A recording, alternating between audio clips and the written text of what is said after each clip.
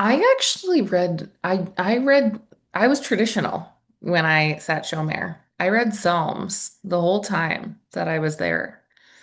I don't know if that had to do with my sense of responsibility as a rabbinical student or somebody who was on the path to becoming clergy, or if I felt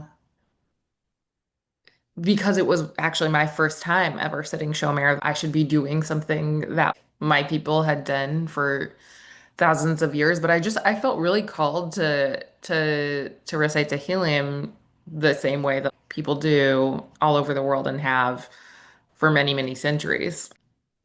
Yeah, and it was kind of the first time that I had ever really dug into the Psalms in that way because it was my first year. Well, I think because it was my first time sitting Shomer ever, it just felt really spiritually potent and also confusing and scary at the same time. I felt, do I really deserve to be here? Do I know what I'm doing? Am I going to do a good job? Am I going to honor Emet in this way? That's so important. And just, yeah, I think I was really in my head in a lot of ways. And at the same time, was so present and felt so much power in the room while I was there. We were doing it in shifts, so we weren't really alone at any point. And so I overlapped with my Chavruta Koach, and that also made the space feel really spiritually alive because we studied together and Mm. we sang together and yeah, and that was what we had done outside of that space too. And so we were just sort of carrying that relationship into what we were doing in there. But we were also doing it really late at night. I think we had I can't remember the exact shift I did. Maybe you have a sheet that says the times we did, but like the middle of the night that I was there.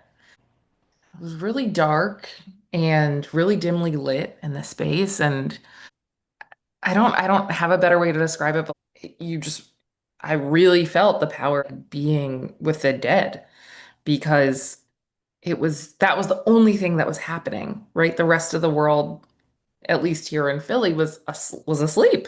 And here we were doing something so live with someone who was transitioning out of this realm. So you could just really feel the power of Emmett's spirit. It was a really it I think it felt particularly potent for me because I never really got to know Emmett. I came into school at a time where he wasn't taking classes, and so he existed for me through the relationships I had with other people who did know him well. So I only got to be around him a couple of times, and so much of what I was interacting with as I was sitting Shomer were just the things people had told me. And my experience of hearing about him over the course of a year and change from everyone who loved him. So in some ways, I think that made space for me to have this interaction with who he was in that liminal time.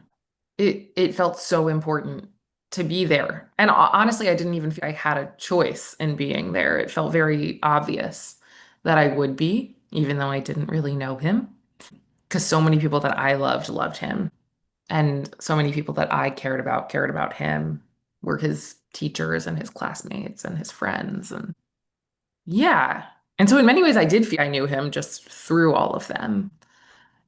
But there's something, yeah, whether it's sitting Shomer or doing Tahara or any sort of thing that happens after somebody dies, when you're interacting with them in that time, even if you didn't know them while their body was alive, you still feel you know them or you get a chance to know them in that way. And I really did feel that. I remember, I know we're mostly talking about me sitting Shomer, but I remember the day of Emmett's funeral perfectly for a couple of reasons. One, I'll just share immediately following his funeral, I got a call that one of my friends that I had grown up with had overdosed and died. It was a long time ago. But I just remember I felt just that whole day was filled with grief for someone I'd known and somebody I hadn't known as well, and just this compounded sense of loss. And it was kind of this, yeah, it was the portal into what grief feels like. Not that I hadn't felt it before in a number of other ways, I had, but specifically around death. I remember that day just really being filled with it in a way that I hadn't experienced before. And so I'll never forget that day and just the order of what happened and where I was at what time and what it felt like. But I almost feel that that experience of what happened immediately following would not have been the same had I not just experienced the profound sense of community that I felt while I was at his funeral. I mean, it was one of the most beautiful funerals I've ever been to, maybe the most. It just was so him. It was so him.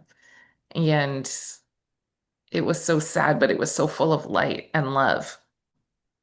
And I just remember thinking, wow, I'm really so lucky that I get to be a part of this community and that I get to become a Reconstructionist rabbi in this same lineage. That felt so powerful to me.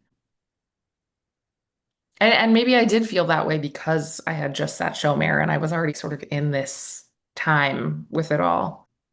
Yeah, I don't know. It was just a really life-altering day for me. Even from slightly afar, I remember just seeing all of you sort of ease each other through the process of it all. You weren't just focusing on easing Emet into the next phase, but really holding and easing each other. It was so cool to watch and such a model of what community care looks like. Yeah, I totally think that's right.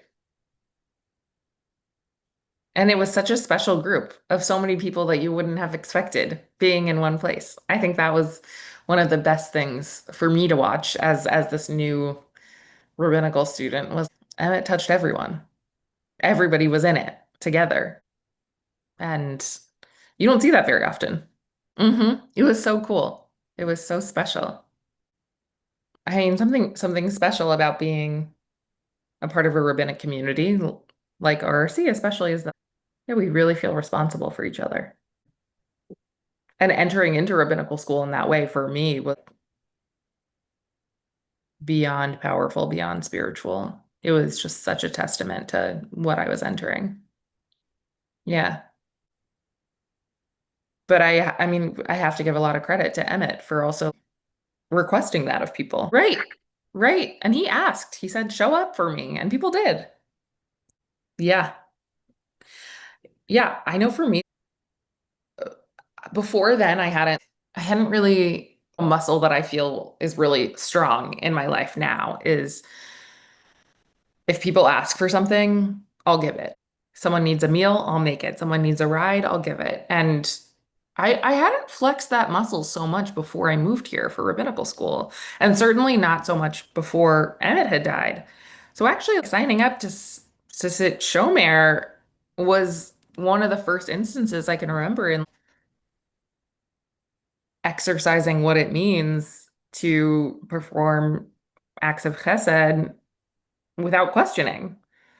And that's not to say that I didn't spend the first 27 years of my life doing good things for other people or helping when I was needed, but it sort of shifted my understanding of what it meant to do Gimilut Chasadim and to fulfill certain mitzvot. Does that make sense? Yeah. Yeah, exactly. And it just hadn't been a part of my lexicon in the same way until I encountered my experience with him. That's great. It probably took me a while to really integrate that into my own personal practice. And I think, yeah, I think it took more death and more life for me to actually get to a place where I felt like I could do that through a loss of one of my best friends a few years later and the birth of my child a few years later.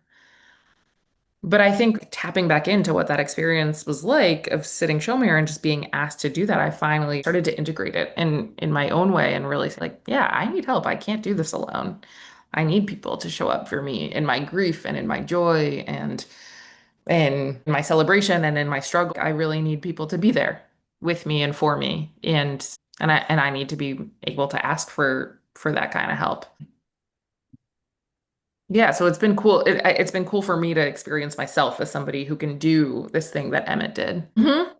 Yeah, I mean he demonstrated a model that we all hope that we can live in. At least I like to think we all hope that we can live in something like that. You don't see a lot of it. I wish we did, but it was a model for me. Whether or not I clocked it in that exact moment or it took me a while to fully integrate it, I think it did. I think it did really radically shift how I related to asking for chesed. Yeah. And it's a big part of my work now. As a rabbi, one of the main parts of my rabbinate is teaching people how to do chesed. Right now I'm working at Kol Tzedek. It's extremely fulfilling.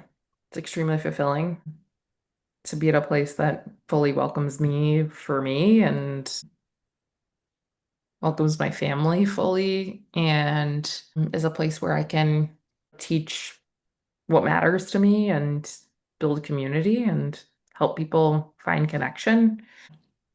And in a lot of ways, that makes me think about Emet. The building of connection here is something that's a legacy that I get to continue. Yeah, but I do I think a lot about how we're supporting people in illness and in death, and I yeah, subconsciously and consciously draw on what I learned around Emmett's dying. I'm sure there are lots of ways that I don't even recognize, but I do think a lot of the systems of care here are likely rooted in what that was like. That was still in the early years of the people who have been here the longest. That it was a long time ago now. But I think a lot of the different systems of chesed that have since been set up are likely rooted in everything surrounded Emmett. But I think I've only been here, I haven't even been here a full year yet. And so I feel certain that there are tons of unseen ways from my perspective that he had a lasting effect on this community. I know he had a lasting effect on everyone who is still here that was a member at that time, on the clergy who were here at that time. Yeah, I mean, he shaped the souls of so many people. It just made me think. I probably didn't credit this to what I watched around Emmett, but I'm sure actually he deserves credit for this. When one of my closest friends died a little over a year ago, it was devastating. It was tragic. And some of the people that I feel closest to now, a year and change on, are the people who loved her the most because we had each other. We were the ones who were experiencing a thing that other people weren't and had lost a person that other people hadn't. And there's, as you know, something profoundly different about losing a friend, not a family member, someone who's your peer and who really knows you and cares about you and loves you and in this totally different way. Yeah. And I think about how the friendships that we cultivated with each other after she died are the ways that we're keeping her alive. And I imagine that you and everyone around Emmett also feel that way. The ways you're keeping him alive are by continuing to be in relationship with each other. I mean, there's literally a teaching that when somebody dies, their soul gets spread in pieces into each of the living people who loved them. And so it's probably true. You probably Yeah. are actually encountering a piece of his soul in each of these people that you're meeting with. Thank you for inviting me to be a part of this. It's very special to be a part of it.